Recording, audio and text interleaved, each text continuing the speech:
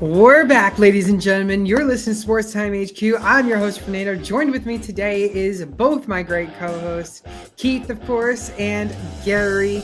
Keith, you're back this week. How you doing? Not too bad. Man, fantasy's been a struggle so far, but yeah, we'll plug on and see how it goes. Gary? Doing well. Last night was a great game for the Lions, I'll say. Sorry, Keith. But great game. I thought it was better for the Seahawks, but you can keep going. No, I think it was a good game entirely. So yeah, lots to talk about. Keith, your team is no longer undefeated. How do you feel? I feel like they did really well. I knew we were going to get beaten going into it. Let's be honest. Banged up defense, but we kept up with them a lot. And if anything, I take out of this is that if the Lions want to be Super Bowl contenders, they can't give up 29 points and expect Jared Goff to have a flawless performance every game. So I think there's more stuff that they need to work on because it was easy for Geno at points in that game, and we also got some very, very dodgy calls against us. I mean, the 2 point for DK Metcalf was clearly 2 points, and then there was two. The call on Lockett was terrible, and then there was the clear hold on DK later on. I mean, I think we would have lost by one score instead of two. I don't think it would have changed the result, but yeah, I think the Lions have a lot more to look into than us. I mean, we went into the game with 4 starters maybe on defense that are normal. The rest was all just like seconds and thirds. So that's to be encouraged by from the Seahawks, I think. And of course, you mentioned how fantasy has been a struggle. Should we talk about our listener league? How are we doing in the listener league? Well, I know how you're doing. I know how I'm doing too. I think I'm the only undefeated person in there. I actually have no idea how I'm doing. I think you're 2-2, Gary. Okay, I mean, acceptable. Yeah. At least you're not like 0-4 or like 1-3 like the Cleveland Browns. Oh, there we go. The weekly Cleveland Browns. A weekly segment talking about the Browns and how awful they are. I tell you what, I did the power rankings. They're not 32. You know who I have statted at or ranked at the 32? And it'll come out tomorrow, but I have the Jacksonville Jaguars at 32. Not a bad take at all. Yeah, I don't disagree. It's so sad though.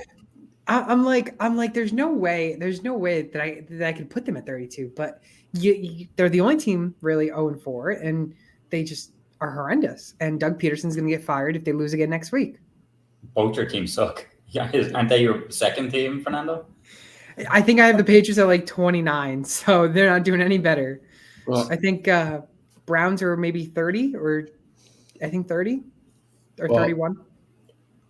I hate to say it, Fernando. I would definitely have us ahead of the Patriots. But, I mean, that Raiders game was just ridiculous. And I don't know how much you guys watched, but,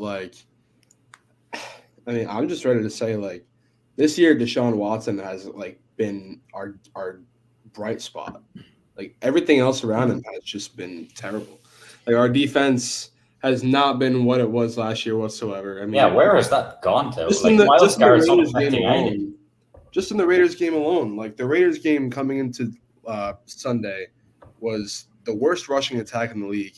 And at the most, they put up 75 rushing yards in a game. How are you going to let them put up 160? Yeah. I mean, that doesn't even make sense.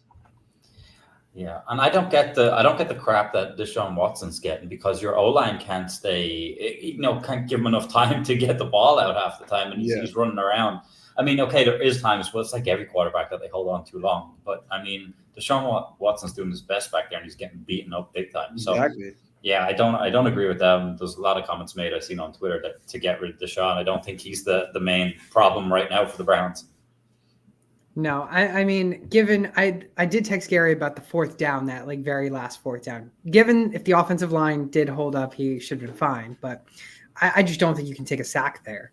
I mean, whatever. That's understandable. But I'm not even going to say that was remotely the reason why we lost the game. I mean, like Keith said, the offensive line has just been terrible. Granted, we are without 3 starters, so it's whatever. But still, Deshaun drops back, and as soon as he finishes his 3-step drop back, he's got 2 guys in his face. So, what really is there to do? And then you say, oh, well, how about when he does have time? Oh, I don't know. Our receivers lead the league in drop percentage. Amari Cooper, 6 drops. What's that about? So it's like you really just have no positives with this team. And it's sad because the past 2 years, Deshaun was indeed the biggest problem as to why we didn't look as good as we're supposed to. Now he genuinely looks like he's rejuvenated. He wants to play football. And I'm ready to say that, like, it's a new Deshaun, but no one's going to see it because, I mean, just the rest of the team's terrible. I mean, not to mention, I was all in on Amari Cooper this week, but you guys also lost with no Devontae Adams on the other side. Yeah, I mean, I'm fine with how the cornerbacks played. I mean, the receivers didn't really do much. Brock Bowers was limited. It was really just the run game. Like, I don't know how you let up the Raiders, Zamir White and Alexander Madison, who by themselves probably haven't combined 60 yards, go for 160, 170, whatever it was. Yeah, they just looked completely out of sort, not good. And then, you had a huge phantom hold, which, granted, is it a textbook hold? Maybe. But let's all agree on one thing. We've seen 10x worse not get called. So for that to have been called a hold and for a 75 or 80-yard touchdown to Amari Cooper get called back, that's BS. Yeah, for sure. For sure. Patriots, I can't really say much. They suck. So, I mean, who would have thought that after 4 weeks, the Seahawks would be the best team between us, even including the Bengals in the conversation? Well, yeah, and look the best. I mean, I still think there's lots to like about the offense. I think when we get the guys healthy on defense, so might cause a stir because our division is not looking half as strong as what we thought it would At be. all. Yeah, exactly. Like before the start of the season. So yeah, there's a chance there for the Seahawks, but it would be like if they did somehow make the playoffs, they would be like getting there probably a year or two soon. But yeah, we'll see what happens. I mean, your Patriots are allowed to be terrible. Like that was the plan from the. Just put Drake May in.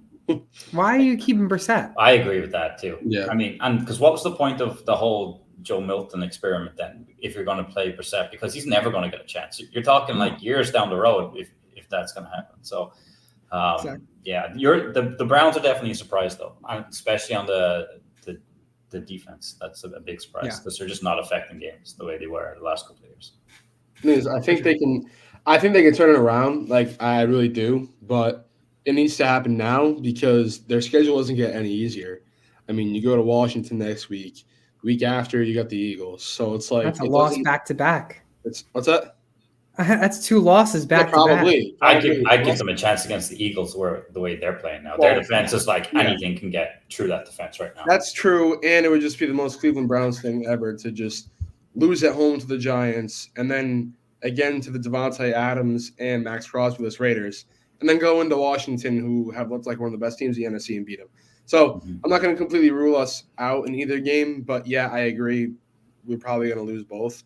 But I think that we can turn it around. Like, I mean, I've seen, like I said, as long as Deshaun is holding up, then I feel that we can win games, but it's just slowly getting to the point where the rest of the team is just like they look like they don't want to play with him. And it's sad because that's all we need. And we'd probably be in a spot to at least be 3-1 this year. Yeah, for sure. Let's get into some news and notes around the league. It's time for the bye weeks. We're finally into the bye weeks for the next 8 or so weeks, give or take. This week's bye weeks are the Detroit Lions, the Chargers, the Eagles, and the Titans. Some big ones there is the Lions and the Eagles, because obviously Jalen Hurts, Jared Goff, Amon-Ra St. Brown, Devonta Smith, if he's back. And then the Chargers, maybe Quentin Johnston, maybe J.K. Dobbins. And then Tennessee, there's not really anything there. No. So the Eagles are happy to have a bye week, the way things are going. Very much. Stay there and gives them a chance to get Smith and A.J. Brown back as well. So that's probably the ones. Yeah. The likes of the Lions, any ones that are on a high, they don't want it now. It's too early for that. So, but it'll be interesting to see how they all come back. Yeah, I agree. I'm a little upset because I need Gibbs to just carry my fantasy team. That's like another loss for me. I tell you, if you drafted David Montgomery and Jahmyr Gibbs, I hate to say it, but you don't like to draft running backs on the same team, but they both produce each and every week. They do. And I mean, obviously, as a Gibbs owner, I do definitely have some hatred towards David Montgomery, but it's really not even towards, he takes all the goal line work for the most part. It's just really not even towards him. It's towards Dan Campbell because I just think Gibbs is 10 times a better back. Like, that's not to say that Montgomery is a bad back whatsoever. It's just big. He's just bigger, so they like to use him a lot. But I mean, whenever Gibbs touches the ball, I feel like he's going to break off for a 25+ yard play. Yeah. I would see. I know he got 2 touchdowns last night, but he wasn't involved in the receiving game at all. I think he needs more work. I don't know. Yeah. London games. They're starting this week. I get to finally see a game at a decently scheduled time, 3:30 my time. So it's really nice to see. For you guys, maybe not so much. You might be sleeping or just waking up. But Jets and Vikings are this week. Honestly, I wish that was the game I would be going to because it seems like that's going to be the best game in London this year. The week after is the Jaguars and Bears, which is a likely situation for me to go to. Not so big on that, though. And then after that is the Patriots and Jaguars, which bottom tier teams. Who wants to watch that game, really? The Jags always turn up, though, in England. So yeah, they might do something. We got a quick question from Philly Takes. What are y'all thoughts? I have Rashee Rice and Cooper Kupp, but I have Jordan Mason, CMC, Barkley, and Alvin Kamara. Do I trade one of them for another wide receiver? Wow. As of now, my core is Kupp and Addison. Yeah, I mean, I think that's without a doubt what you have to do. I mean, yeah, your wide receiver room's injured and your RB room's loaded. So, I mean, try to see if someone will take the bite with Jordan Mason because even if it may seem that you're like overpaying at the moment, however likely it is, there's still a possibility that CMC plays. So at the very least, if you're getting rid of Jordan Mason, then you'll still have CMC. So see if somebody takes the bite with dealing Jordan Mason and improving that wide receiver room because you're hurt there, but your RBs are pretty stacked. Yeah. I'd say I'm into trading Alvin Kamara. Oh, really? Honestly, I'm rather keeping Jordan Mason because I don't know if we're going to see CMC really come back this year, and will he actually be able to produce? And we'll talk a little bit about his injury in a little bit, but yeah, I think Kamara is my guy that I'd force to try and trade the most. I'm a Kamara guy. I'd go on the more Jordan Mason side to trade, I think. Exactly, you're a Kamara guy. Yeah, so I can trade with you.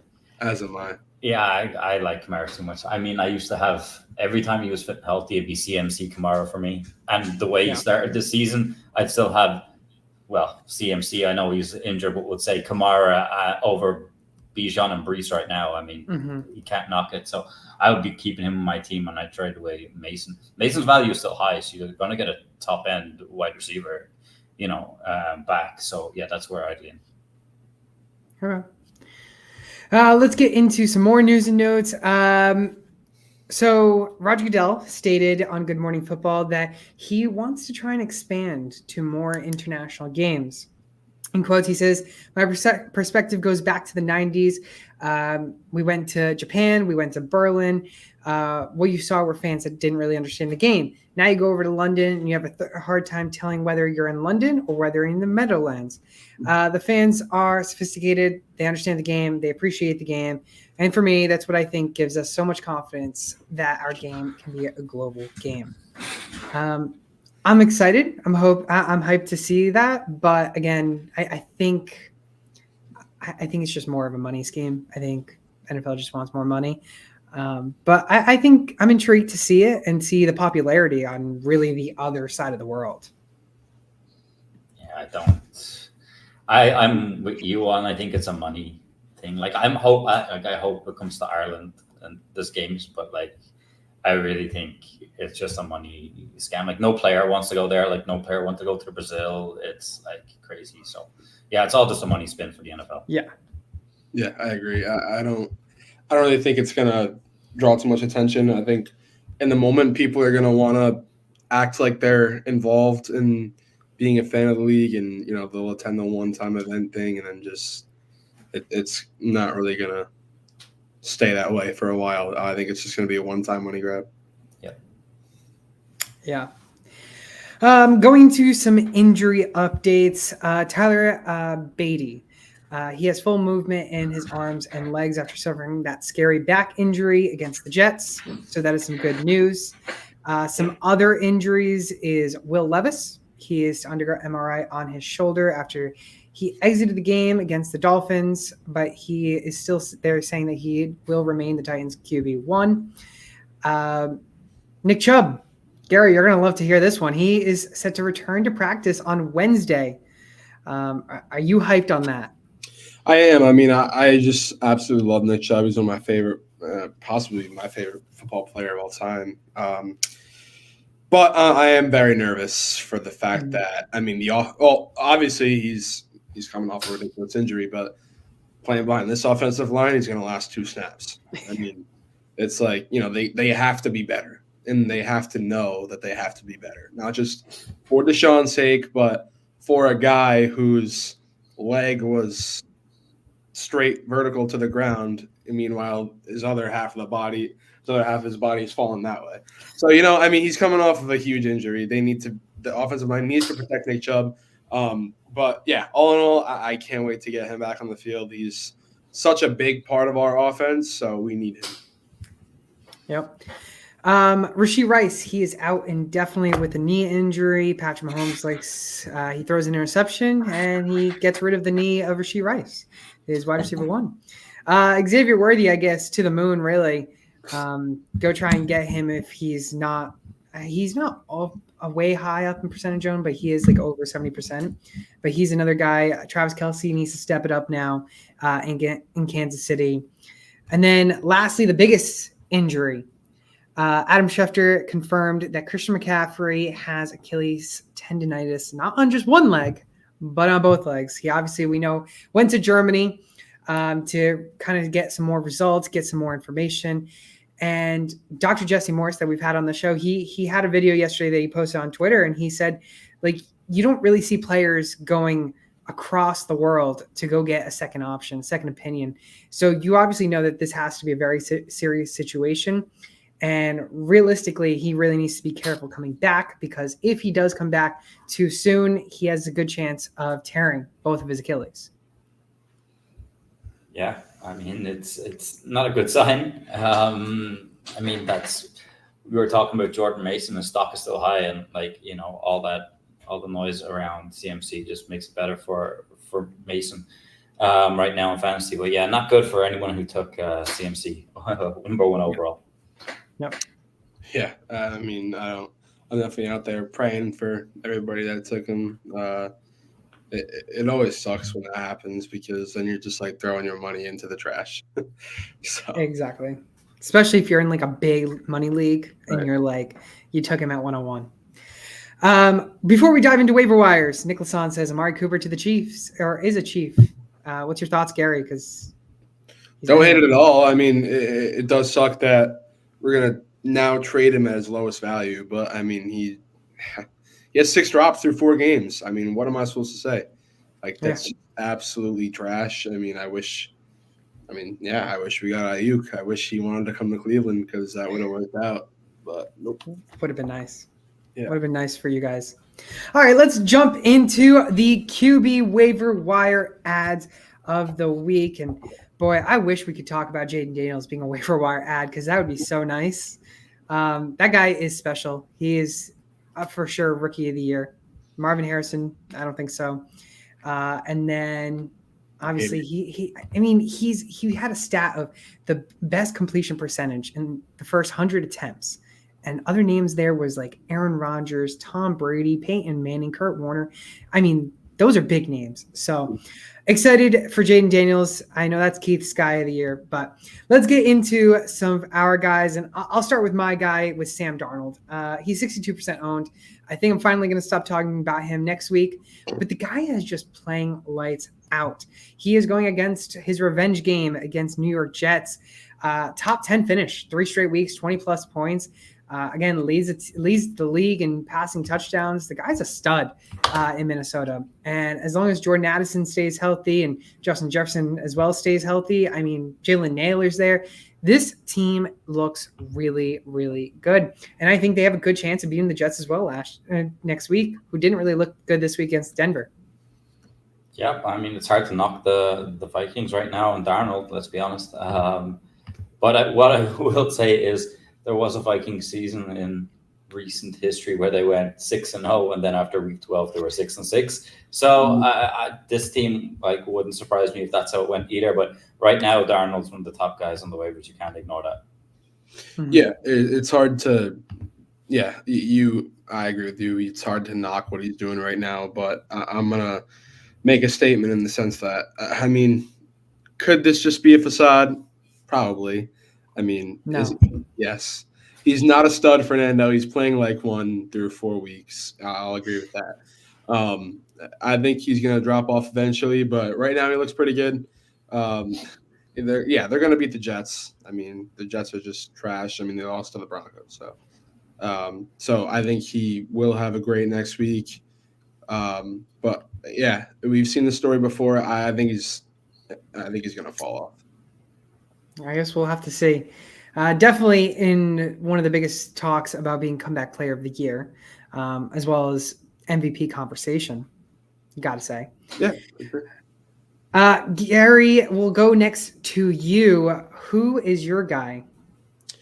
My QB of the week is the Red Rifle, Andy Dalton. He's slinging that thing in Carolina, huh? I mean, he only had 16, 17 points last week against the Bengals. But I feel like he could have had a lot more. Deontay Johnson had 3 deep ball drops that I wish he could have hauled in. But that Carolina offense looks like resurged now with an experienced play caller under center. So I think that if, there's a guy that you want decent upside in, because I feel like he definitely has upside with the way that he's going to throw 40 times a game. Andy Dalton's your guy. I love Andy Dalton. I mean, he was talked about on our show last week. I'm all in on Andy Dalton. I think he makes that offense look great. Deontay Johnson, he's a guy that you got to plug in and play now. Chuba Hubbard, another guy you got to plug in and play. This team looks really good with Andy Dalton. Given they didn't win against Cincinnati, which was very shocking because I think I did pick Carolina to beat Cincinnati. Sorry, Keith, don't tell Katie. But I'm all in for Andy Dalton. I love the pick. Don't mind the pick. He definitely gives this team the best chance to win. Did all right last week. I go with Gary, and the drops probably cost them in the end as well. This week though, they get the Bears, if I'm not mistaken. That defense is not bad for the Bears, so I think Dalton need to be on the ball a bit more this week. But that offensive line for Carolina is not that bad. I think Bryce Young was making it look absolutely ridiculously bad when he was in there. It's not that bad at all. So yeah, I like the pick. I think it'll be around the same range points wise as this week, which is not bad. Just purely because I think this Bears defense is not that bad. Yeah, for sure. Last guy, Keith, who are you fielding for your quarterback? Quarterback, Justin Fields. We know this guy from previous years.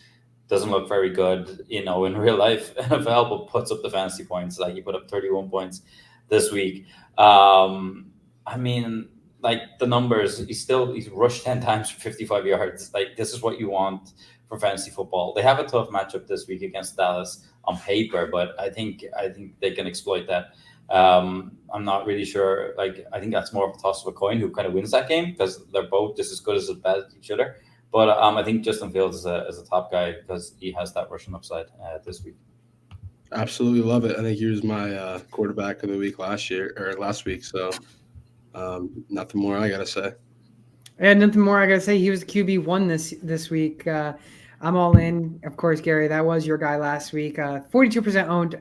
I'd expect him to get closer to that 70% mark. We might even have to talk about him one more time next week if he doesn't get to that over 70% bar. But Sam Darnold, Justin Fields, Andy Dalton, our 3 top waiver wires of the week. I don't think I would have thought that these 3 guys are guys that we were talking about for week 5. Maybe Justin Fields, but it's Russell Wilson's job, but clearly it's not. So let's get into the running backs. Keith, we'll start with your guy. Who are you going over the waiver store, over the hill to the waiver store and getting? I went for a deeper kind of league pick in Justice Hill. I mean, you're not getting this guy for the, rushing on the ground work. You're getting this guy for the targets, receptions, like 6 targets, 6 receptions, 78 yards, a touchdown. Ends up with 21 fantasy points. The Ravens looks like they've got it going now. They absolutely blew out the Bills.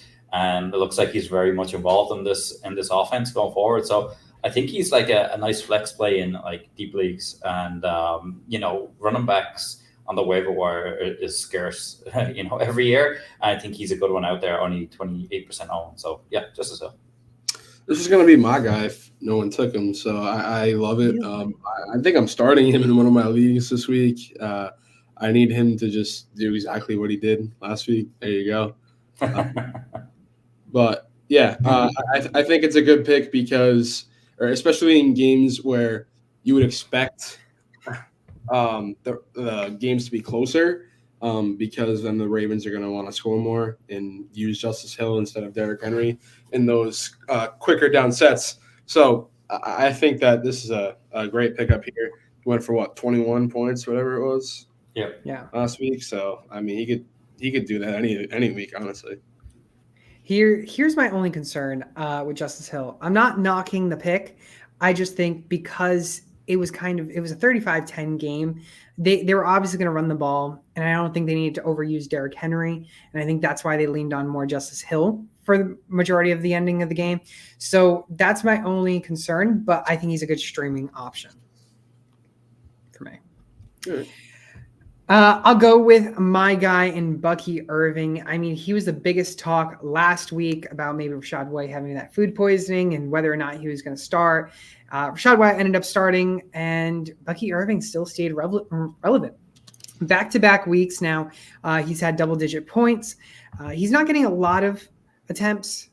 This was his career high in 10 attempts, but he did good. He had 4.9 average yards per carry. He did get into the end zone, and he got a couple targets. I think he's going to get more uptick in the offense, which is sad to see because I thought Rachaad White actually is good, and now they want to involve more Bucky Irving. And if that is the case, Rachaad White's snap percentage will go down. Bucky Irving, I mean, if you look at the stats between them, they were like identically split, which sucks to see for someone who drafted Rachaad White. But I think Bucky Irving is a guy that you got to go get because he can be a guy that's going to start doing well in that offense and continue to do well in that offense. Yeah, I agree because I think there's a chance he can take over the main role there. The only thing is it's going to be a messy timeshare for, these recent weeks, and that's what you're going to get into. So it's got to be a guy I think that you're less, you're in real need. I think it's a guy you take and sit him on the bench and then hope in a few weeks, he's getting majority of the snaps and then you play him. Yeah. I don't understand the Buccaneers as an organization because the same exact thing happened in 2020, 2021, where you see Ronald Jones go for a 1,000-yard rushing season and think, you know what, let's never use him again, and instead sign an old washed-up, fat Leonard Fournette and just feed him the rock and get much less production out of that. That's kind of what I feel here. Bucky Irving's a good player. I'm not going to knock him whatsoever. I liked him coming out of Oregon. But, I mean, we just saw Rachaad White, whether it was fantasy or not, have a great season. So I don't understand why they would just completely shy away from him. They haven't done that yet, but I feel like they're going to in a week's time. And I hate it. I only drafted him in one league, but I think that Rachaad White is such a good player, a good two-way player, both on the run game and passing game. So it sucks to see as a fan of Rachaad White, but I mean, if they're gonna use Bucky Irving a lot more, then it's a great pick here. Yeah, I mean, like we were saying, how his job, he might end up getting the starting job. I just don't see a world where he should get the starting job because Rashad White. It really doesn't. Totally no sense. It doesn't. But if he does, I mean, Rashad White just ends up being a backup, and now he's kind of pointless in fantasy unless he can produce as a backup running back. So stupid. But yeah, Gary's anti Buccaneers organization. Listen, don't get jealous that Baker Mayfield's now doing good, and no, it's not. I'm so happy for him. I am. He looks great. Gary, who is your running back on the waivers? Yeah, so we already mentioned how the running back waiver wire is always so bad. So I'm kind of just taking a flyer here. I picked Roschon Johnson, and that's mainly because I saw a report that his coaches believe that he actually has a shot to be like the main guy in that backfield over DeAndre Swift. Whether that changed or not due to how Swift played on Sunday is one thing. But I thought it was cool to note that his coaches had said that, and then literally like hours later, they're in a game and he scores in the second quarter. So I don't think he had a lot of carries in that game, but he had 9 fantasy points, and he's going up against Carolina next, who gives up the 4th most fantasy points to running backs. So if his coaches were serious about giving him a larger role, I definitely think that he's a flyer guy that could be plugged in at the flex, or if you have both your RBs injured, he's a guy that you could play. Yeah, I mean, I don't mind it. I think he was a guy that a lot of people were hyped on last season to hopefully get more production, and I think this is the chance. This is the season that we might see more of an uptick in his production and become more fantasy relevant. Yeah, I was high on him last year. Obviously, didn't pan out. This week Swift looked good, but it's the first time he's looked good this season, and I think he's going to be on a short leash going forward. I think Johnson has a chance to take the job off, and so yeah, I think it's another one where it's going to be a timeshare, definitely. But a bit like we just spoke about, hopefully Johnson can get more snaps going forward. Yeah.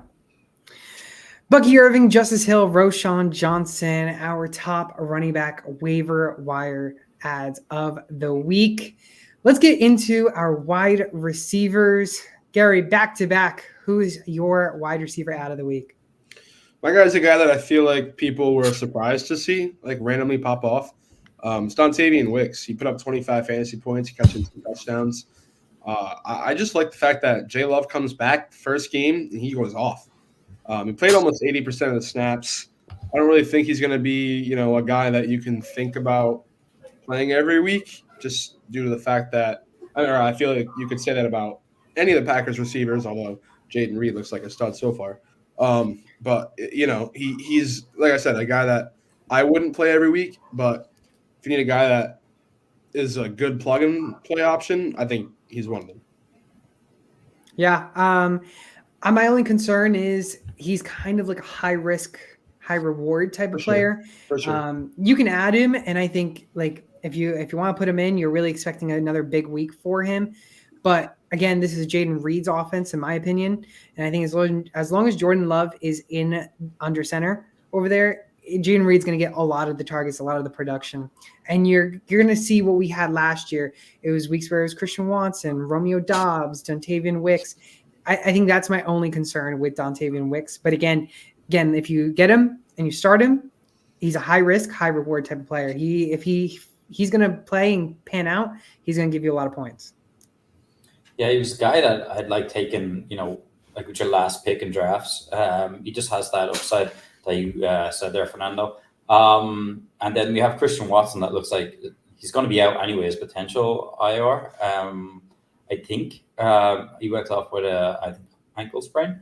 So there's a chance that, Wicks sees more targets there. So I don't mind it at all. It'll be, for me, starting off would be, I think, a kind of deeper league flex play, but I don't mind it.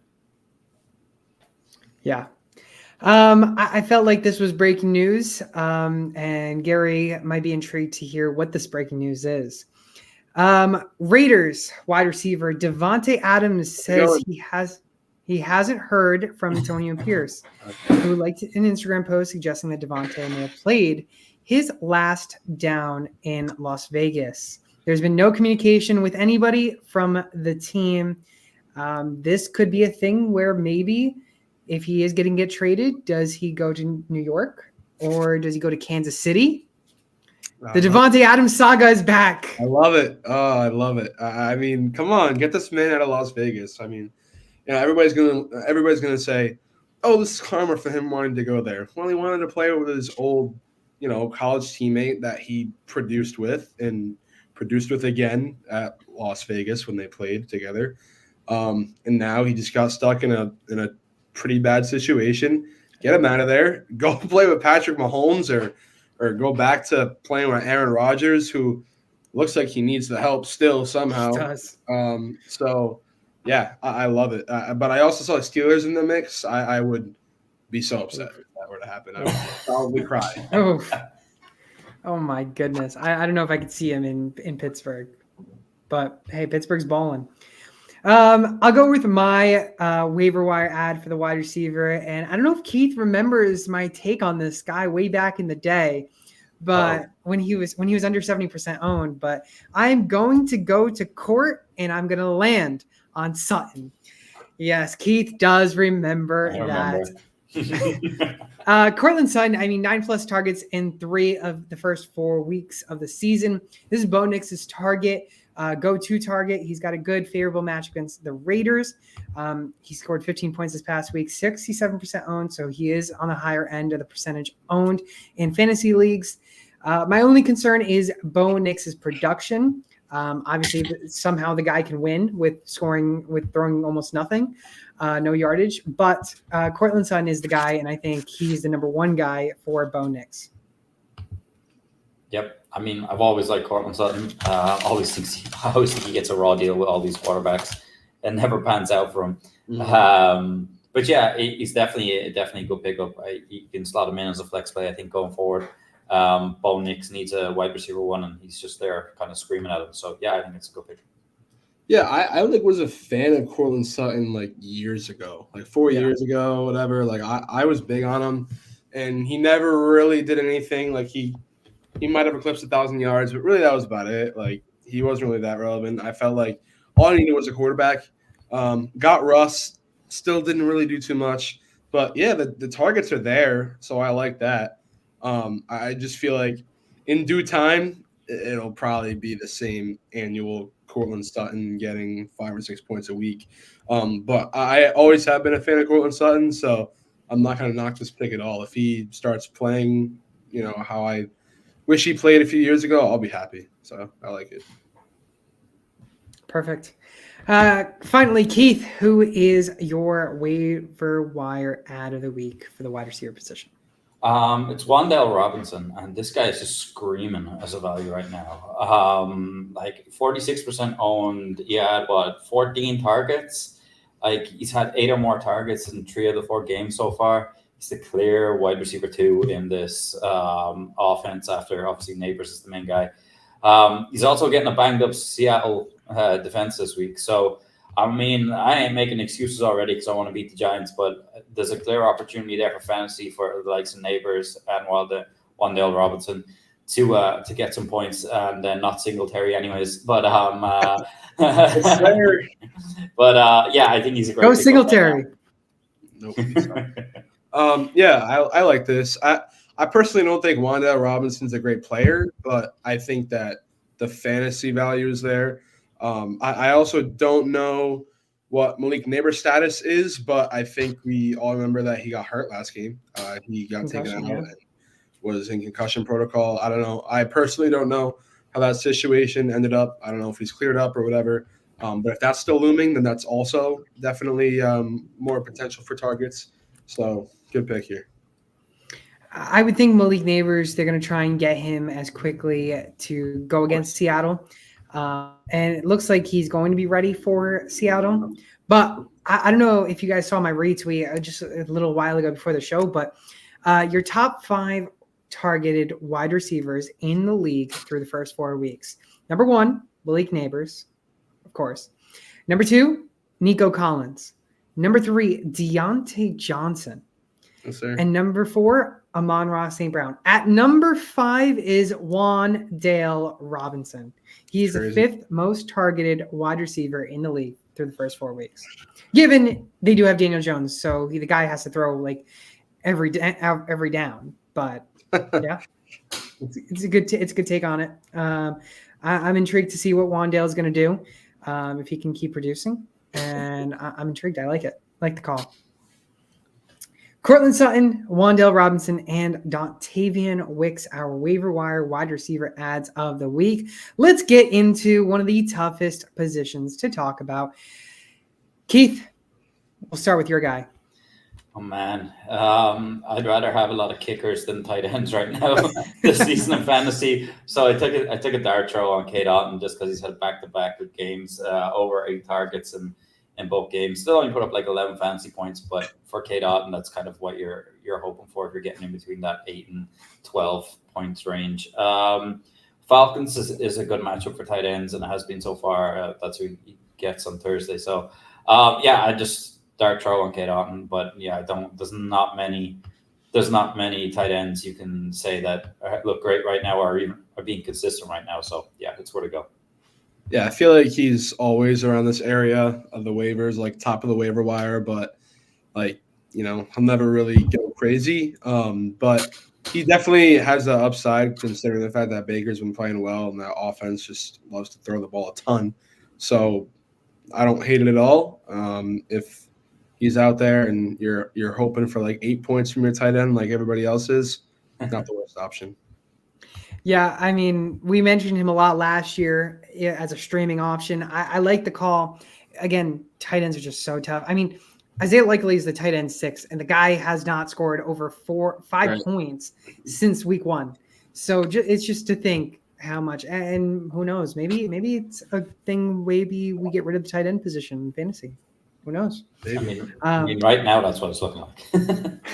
It's brutal. It is brutal. But no, I like Cade Otton a lot. I hope he can continue to produce in Tampa Bay. Gary, out of all the tight ends you could have picked, who is your tight end that you want to talk about? I went with Eric All, former Michigan Wolverine, boo. But I like that he's had 4 targets in the past 3 games. He's caught them all. Not crazy involvement, but you have to think that if it's going to stay that way, then eventually he's going to get in the end zone probably. So I don't think he's a bad pickup option. The first week or two, Gesicki looked like he was going to be the top guy in that tight end room. But as of recent, the past 2 weeks, I don't think this past game, he had 1 catch for -9 yards. I mean, what happened there? So I think it's more so just the potential that I'm seeing in Eric All. He's a rookie, so there's a possibility that they also started working him in slowly to start the season. But I really just like the fact that he's caught all of his 4 passes the past 3 weeks. I think eventually he'll get more work, and eventually he'll get in the end zone. I think it's a good take. I don't mind it. Again, tight ends are just so brutal. I mean, you could go get Eric All. He could go give you double-digit points and then give you a donut. But I don't mind he's a good streaming option. It's just whether or not Mike Gesicki is going to be the producer for fantasy. Right. Yeah, I like it too. He was a guy I was high on in Dynasty. So I think he will end up being their guy for the future at the tight end position. But right now, though, it's the consistency that you're looking for. And, you're saying he's got 4 targets, 4 receptions. He's, like you said, he's going to fall into the end zone one of these weeks, and your points are just going to go double digits. So, yeah, I like it. I think it's a good pick moving forward. Yeah. I will go with my guy to end off the waivers. And this is a guy I mentioned last week, and I said that he was going to go over double digits. And sure enough, this man did. Let the Muth get loose. Pat Freiermuth is my waiver wire ad of the week for tight ends.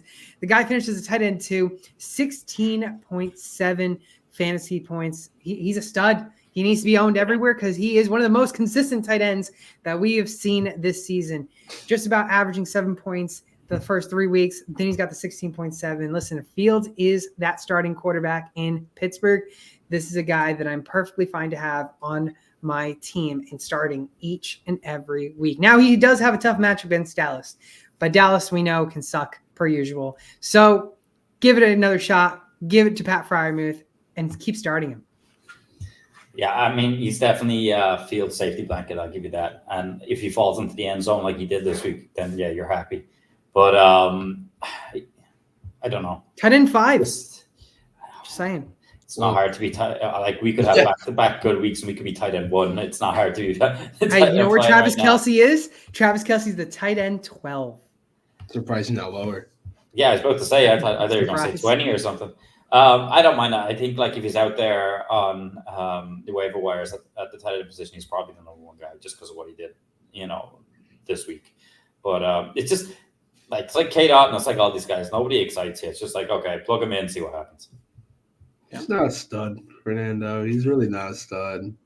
He can be a stud in fantasy. I'm not saying he is like if you're asking me for like the top 5 in the NFL right now, he's definitely not there. But for fantasy, he's a stud. Sure. However you want to have it. He had a good week this week. It definitely shows that he has potential to do it a few more times. Justin Fields, if he's going to throw short, it's probably going to be to him. So not a bad option. But yeah, I'm going to make it known that he is not a stud. That's all I'll say. I do want to mention Keith's pick, Kate Otten, real quick. I saw this on Twitter. Kate Otten has the 4th most targets in the league amongst tight ends. Wow. And he's currently tied with Travis Kelce and Trey McBride on those targets. Interesting. So he needs to fall in the end zone more. That's what that basically says. That's what I feel like. That's what I feel like it's saying about every tight end, right? Because if Travis Kelce if Travis Kelce is tight end 12 with the 4th most targets in the league, then that's pretty bad. It just shows that tight end or touchdowns for tight ends are very, very critical. Yeah. Would you rather have in fantasy the tight end slot to plug in a tight end or a defensive player? I mean, I've actually never tried a defensive player fantasy league. I know a lot of people that have. I haven't really heard the best things about it, honestly. So I'd honestly probably stick with the tight end position or just get rid of it as a whole. Yeah, I was in the league before, and where you used to be looking for defensive players, kind of like linebackers on bad teams, because the way we did it was like, you got points per tackles and stuff. Yeah. So like if you're on a great team and they're not doing it, so say like the other night was like whatever, the Ravens and the Bills, like if you got a linebacker for the Ravens, you ain't getting nothing, even though your team just blew them out of the water. So you want to be on on a team that struggled. So it's kind of tricky with that. If that was the case, I'd either leave the tight end position in or just put a flex spot in. Yeah. I'm curious to see how many kickers or how many tight ends are ahead of the kicker, the number 1 kicker in the league. Like, there's got to be some kickers that are ahead of the tight end 1 right now. Probably. But Pat Freiermuth, Kate Otten, Eric All, our top tight end waiver wire ads of the week. And, of course, let's get into the last segment. And we all know what time it is. It's Thursday Night Football predictions. There it is. Of course, this week we got ourselves an NFC South rivalry matchup between the Tampa Bay Buccaneers and the Atlanta Falcons. Over-under is 43.5. And we can't, of course, not say the records. Currently in first place is Keith. No surprise. 6-2. His only losses are against the over-unders. Myself, I'm 4-4. I just keep splitting every single week. 2-2 in both of those. And then Gary, you wouldn't have a bad record if it wasn't for the over-unders. Right. You've yet to win an over-under this season. But until it's Thursday. It could be this Thursday. You're currently sitting at 2-6 in the record books. But Keith, let's start with the leading champ currently in first place. Who are you taking tonight for Thursday night? So I'm guessing you guys will be going against me. So this Yes, is just for you guys to pull it back. But it's the Falcons 24-23, and that will be the over. I'm full fading. I am full fading Keith this week. I got trust in Baker Mayfield. I got trust in that defensive game. Give me the Buccaneers hitting the under 23-20. I have to. Ooh, the under. That is going to be an interesting one to see. Keith, can I just say what was the reason for taking the Falcons here? Baker Mayfield's on the other team. Oh my goodness! I'm only joking. They're home, and I think the Bucs are so hot and cold. I think Baker in general is playing well, but I think this. It's just the Bucs. They can be so hot and cold. They look brilliant. They could win a Super Bowl, and next week they could be look like the worst team. So I just don't know what to expect. I think you'll get an all-around better game off the Falcons on both sides of the ball. I do think like that, regardless whether I get the score right, it's going to be tight as hell. I don't think there's going to be much in it at all. A kick at most. But yeah, I just think Kirk Cousins has more experience, and he'll get the job done. He nearly beat the Chiefs there, a couple of weeks ago, whatever that was. Not looking too great, and I think the more he gets used to that offense, I think the better the Falcons will be. Interesting. All right. You mentioned a kick being the difference maker. I am also making it a kick being the difference maker, but I have the Buccaneers hitting the over 27-24. Kirk Cousins looks like him and the Falcons are back to form, but is it enough to beat the Buccaneers and Baker Mayfield? I do not think so. I think Baker will bake in Atlanta, and we will get closer to your record, Keith. Hopefully not. Yes, sir. Let's cook, Fernando. Let's cook. Gary, I just got to say, if the over hits again, here, you're going to be 0-5 on the over. Probably split, yeah. Embarrassing. I wouldn't say all that, but hey, you're going to need something. You're going to need something. A miracle. But that is going to do it here for this week's episode. Week 4 waiver wire targets in the books with our Thursday night football projections. Once again, if you haven't done so already, go use that code SportsTimeHQ on Underdog Fantasy. They're going to match first deposit up to $100. And of course, if you're looking still for a trophy ring or a belt, go to TrophySmack.com/SportsTimeHQ. You can go get themselves for, of course, your leagues. And baseball fantasy season just ended. They're giving out those baseball trophies over there on TrophySmack.com/SportsTimeHQ. Go check them out. Quick question: Dodgers winning the World Series here? No guards. I have money on them, so yeah. No guards. I mean, I'd like to see your guards go far because they were, in my opinion, anyways, the surprise this year, and I hope they can keep it up. What do I? And before, of course, we do have one quick question. HD says, full PPR. I got 2 trade offers. Which option should I accept? Pitts is my current tight end, by the way, who just gave you a donut. Option 1, trading Jahmyr Gibbs, Ramondre Stevenson, and Keenan Allen. Getting James Conner, Drake London, Zach Moss, David Njoku. I think I know where Keith might be going on this one. Trading Gibbs, Ramondre, and Keenan, getting James Conner. I like James Conner. Drake London, no. Zach Moss, no. And Njoku only coming back, so I keep the Gibbs, Ramondre, Keenan side. He's got a second option too. A second option? Yeah.